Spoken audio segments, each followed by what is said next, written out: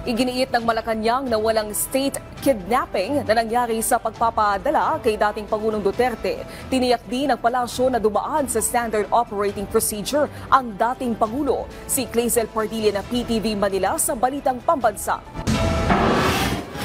Walang nangyaring kidnapping sa pag-aresto at pagpapadala kay dating Pangulong Rodrigo Duterte sa Netherlands. Yan ang sagot ng Malacanang sa paratang ni Vice President Sara Duterte na tila state kidnapping ang nangyari sa kanyang ama na pinalipad sa The Hague para harapin ang kasong crimes against humanity na isinampa ng International Criminal Court kaugnay sa madugong laban kontra droga ni Duterte habang nakaupo bilang presidente noon at extrajudicial killings noong siya ay alkalde sa Davao City. Sabi ng palasyo, ang kidnapping ay sapilitang pagkuha ng walang otoridad. Kaya paano raw magiging kidnapping kung may warrant of arrest naman si Duterte sa ICC?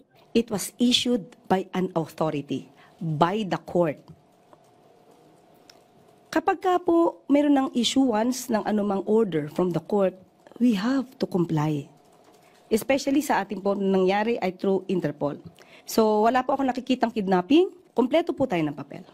Humingi ng tulong ang hukom sa International Criminal Police Organization kung saan miyembro at may obligasyon ang Pilipinas. Tiniyak ng Malacanang na dumaan sa standard operating procedure ang dating Pangulo. Taliwas sa ipinakakalat kaugnay sa kondisyon ni Duterte, trinatuan niya ng maayos ang dating Pangulo. May kasamang abogado, piling security personnel at nurse para tingnan ang kanyang kalusugan. Nanindigan ang Malacanang na ang pagkakaaresto ni Duterte ay resulta ng pagtanggi na tugunan ang mga notice ng ICC. Nabigyan po sila ng 1 year to act on the alleged complaints. Pero wala po kasi naging aksyon. Kung may nagkulang man po at sinasabing hindi sila nabigyan ng due process, sila po mismo ang tumalikod sa kanilang karapatan na madinig ng prosecutor. Sa kabila ng inaasahang pagharap sa ICC, tiniyak ng palasyo na maaari pa rin magsampa ng reklamo ang iba pang biktima ng war on drugs ni Duterte. There's no waiver yet of the right of the state to still run after him if there are other complainants in the country. It just so happened that there is already pending case before the ICC and we are just complying and enforcing. Una nang sinabi ng Malacanang na sisiguraduhin ang kapayapaan at kaayusan, kaya hinikayat ang publiko na maging kritikal sa kaso ni Duterte.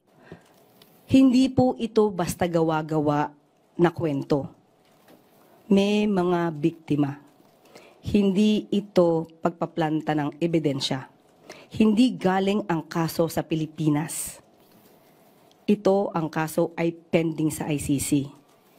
Ano ang magiging dahilan nila para himukin ang taong bayan na mag-alsa laban sa pamahalaan? Samantalang ang pamahalaan ay gumagawa, tumutupad ng batas. Mula sa PTV Manila, Clazel Pardilla, Balitang Pambansa.